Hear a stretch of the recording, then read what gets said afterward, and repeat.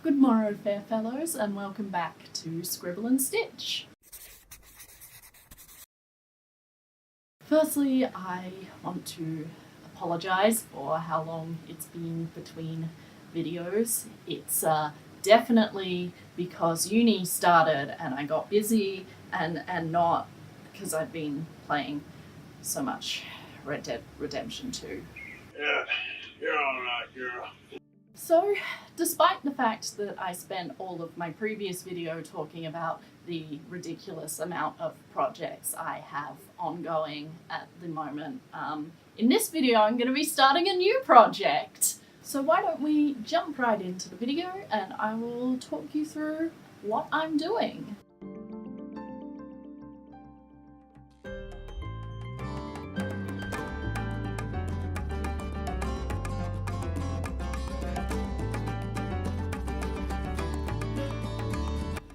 Okay, so I have here my supplies, I have reference images, I have my coffee, and I have a quick little sketch base so that I have somewhere to start from. So, what am I doing? So, a week or so ago, I made a joke about how I should do a historical version of Princess Zelda from Legend of Zelda as a costume, and then I thought about it a bit more, and then I thought about it a lot more, and then I was like, crap, I have to do this. So, here we are. I thought what I'd do with this is take the time to document just the whole process, starting right here with the actual design. So I'm gonna do a little bit of a chatty design with me style video where I just talk about my process and what I'm thinking about as I'm fleshing out this design. And I don't know if it's gonna be like informative in any way or helpful, but perhaps it will be at least interesting to watch. Some nice background noise while you're sewing or drawing or whatever it is you're doing. So yes, hopefully we'll get something good out of this in the end. And obviously, given the time period I'm working in, this is going to be a very complex costume, so I don't imagine it's going to be finished anytime soon, but I will be taking you along the whole process, so you will see all the way from design to drafting to the undergarments and foundations and all that stuff, right up to all the fancy detailing and everything, hopefully. And yes, we will go on this journey together. So let's get started. So first of all, I want to talk about why I picked the late 16th century for Zelda here. So these are my two main Zelda references I'm using. The Ocarina of Time Princess Zelda and the Twilight Princess Zelda.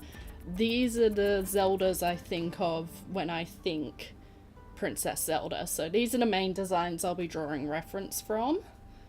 So if we compare these to some of these portraits from the late 16th century, and if you have a little look at the neckline on the Ocarina of Time Zelda, she's got this kind of shaped underdress, I guess, and that really reminded me of like partlets and things like that. I'll put up some better quality pictures of these references so you can actually see. I might even link to my reference board that I have on Pinterest for this designs so that you can see all of the things I'm drawing from here. But yeah, the neckline was the first thing that kind of caught my eye for the choosing of the time period. And then we have these open front gowns that almost all of the gowns seem to be in a very similar style to this. All of the references I could see all seem to have this V shape at the bottom of the bodice, and while Zelda's is kind of closer to the bust line rather than the waistline, it's a really similar shape, and obviously hers stops a little higher than the floor length ones, but it is definitely a similar shape to these 16th century gowns. And the other main factor in choosing this time period for me was the level of detail in these dresses. So in the Twilight Princess one especially, you can't see it in this printout, but there's a lot of embroidery or decorative motifs at the bottom of her dress here. And then obviously there's this apron, I suppose, is what you could call this dangly bit at the front of her dress, which is just covered in detail, and I'm wondering if I can perhaps translate that somehow into something like this dress, which you can see just how much detail is in this whole dress. And obviously you've got like the wide necklines. These pauldrons that Zelda wears really easily translate into the puffed sleeves that you see on 16th century gowns. A lot of metal belts around the waist. That's all very similar. And yeah, that's kind of where I took inspiration from with this. So obviously, you know, Zelda games are set in a fantasy world. They're not set in a specific time period. These dresses may have been inspired by all sorts of different dresses in real life. You know, you could probably say something about Regency with this very high bust line and the long sleeves, the long gloves here, you know. I'm sure you could translate this into any sort of period, but I picked the 16th century because I wanted to, and you can't stop me! That's where I'm starting from, and we will see if I can turn these into something like this somehow. Okay, so I think the first step we're going to do here is lay out the... Okay. Look, I don't need to defend myself. First thing I'm gonna do is lay out the silhouette, because that's a good base to start from. I'm an artist and I know what I'm talking about.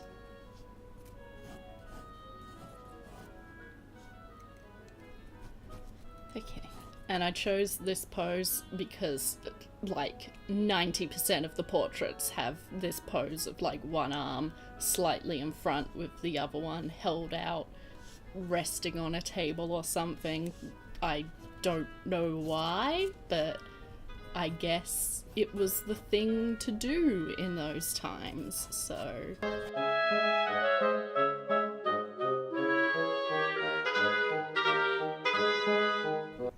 I don't know a huge amount about the construction of these gowns, so I'm looking forward to learning about it. I believe they would have worn a farthingale underneath, which has wires, hoops, to kind of hold out this shape. Obviously going to be doing a fair bit of research into that when I get to the actual construction stage, but you can see Twilight Princess Zelda here has a similar kind of wide A-line skirt shape. Then we'll have the opening of the dress.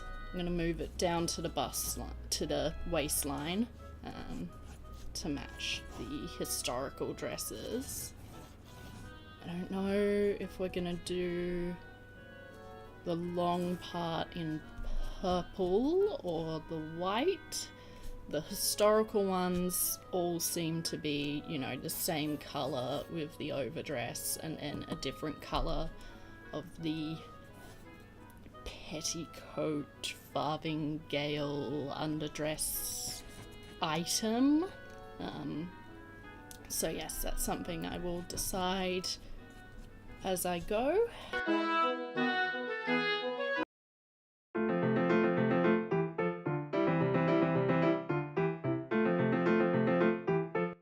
Okay, and then the neckline is where we're going to have that partlet.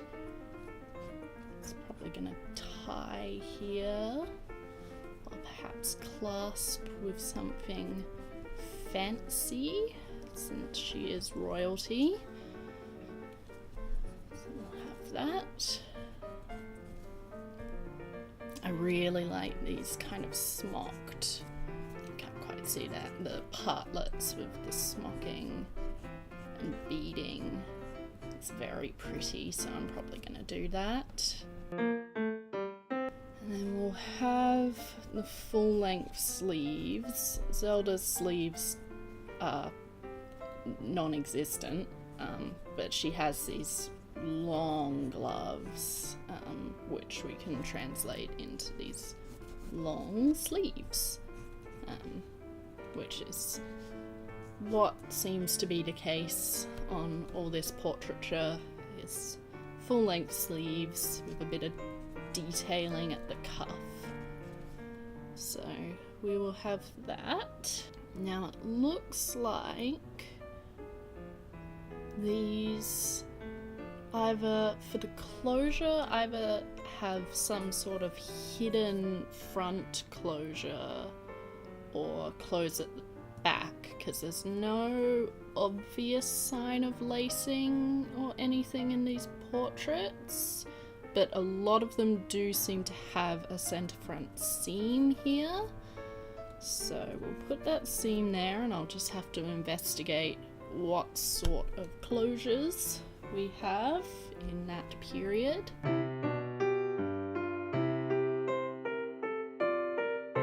think this opening needs to move down a little further,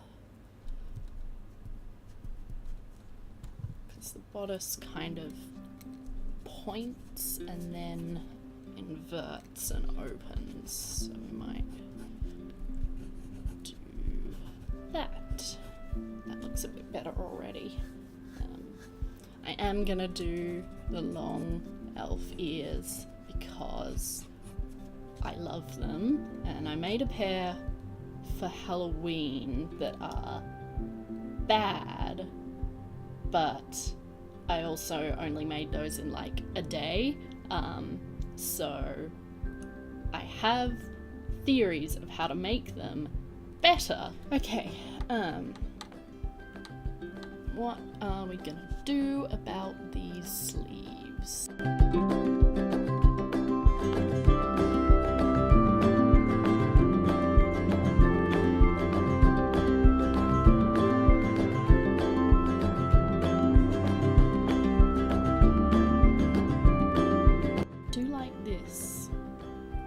Just the puff at the top there, and then just a bit of detailing at the wrist. I like that. Let's go with something like that.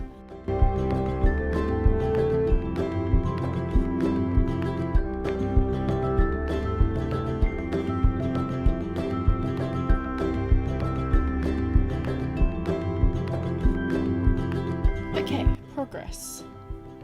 Twilight Princess Zelda has this lovely embroidered design around the edge of the dress here, which is similar to some of the trim we see for example, in this portrait of Mary here, and like a little bit of detail on this one here around the edges. So perhaps something like that.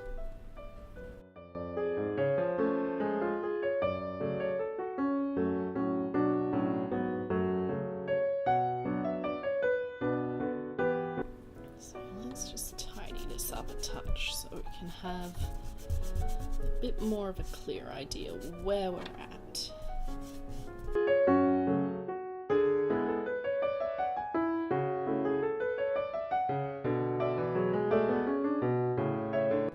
Really want to somehow maintain using the Triforce motif somewhere, especially like the proper like royal winged Triforce design, because it is all over these Zeldas and I love it. I don't know. Elle, opinion. Come have a look at this for me, please. Please.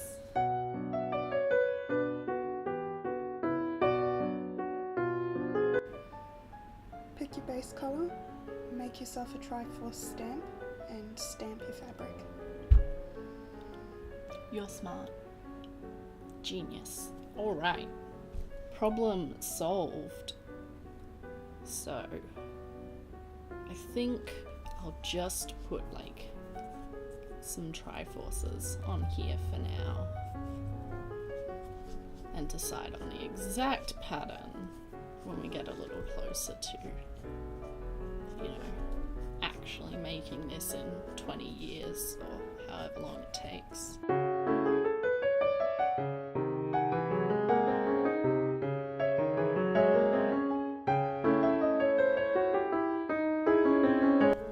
Yeah, and then we'll have some sort of belt here, similar to these. I like.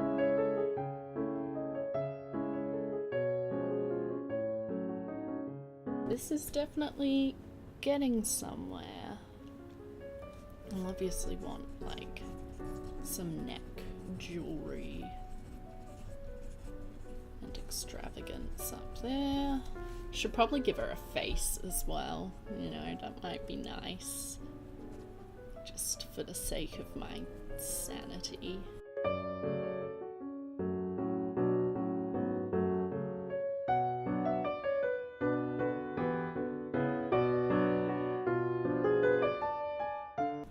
Can't really see what I'm doing here because I don't know what I'm doing here. Some sort of braided updo thingy is likely going to be the case, with a tiara circlet thing. These are the sort of details I'll sort out later. I love her giant Triforce earrings, so I'll make myself a pair of those. Because I'll just wear them in everyday life as well, probably. I am liking where this is going.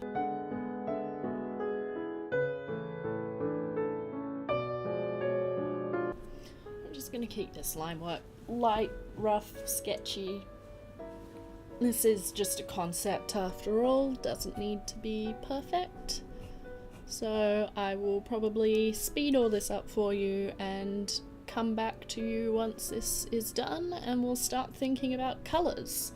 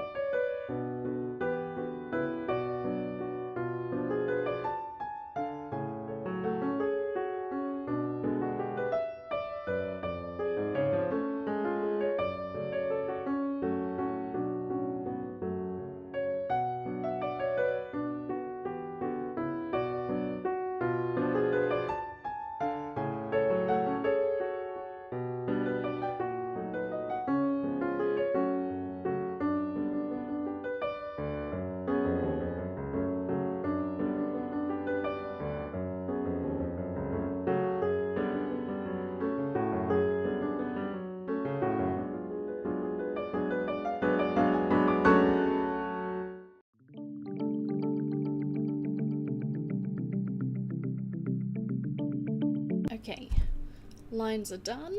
Time to start on colour. I have my gorgeous dinner plate of gouache paint and various paint supplies, and let's do something. Alright, I'm gonna start with just filling in her skin and hair colour. I'm going with the Ocarina of Time blonde.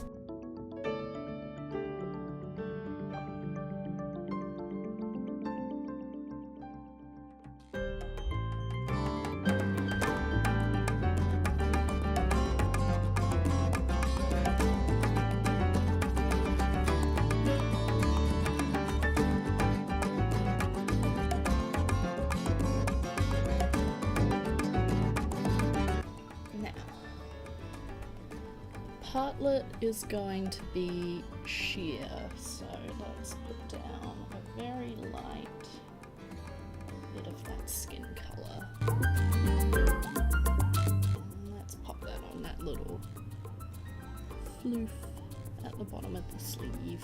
And obviously we've got Zelda's main colours being purple, white, gold. Okay, so let's see if we can mix up a nice dark purple. The Ocarina of Time purple is a little too bright and pink for my taste. I love the colour scheme other than the hair of the Twilight Princess one, so we'll go for something like that. What I like to do with mixing up gouache is just do a little swatch of the colour, and that is pretty much perfect. Nice. Let's pop that down.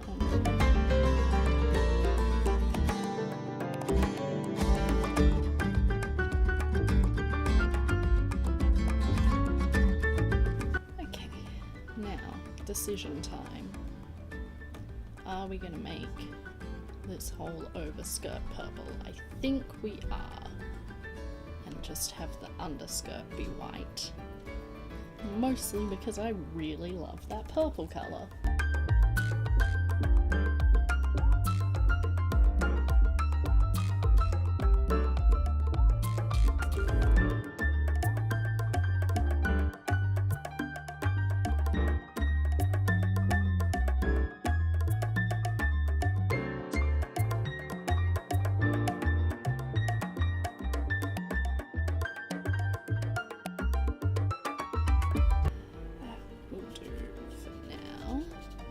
Back over that once it's had some time to dry.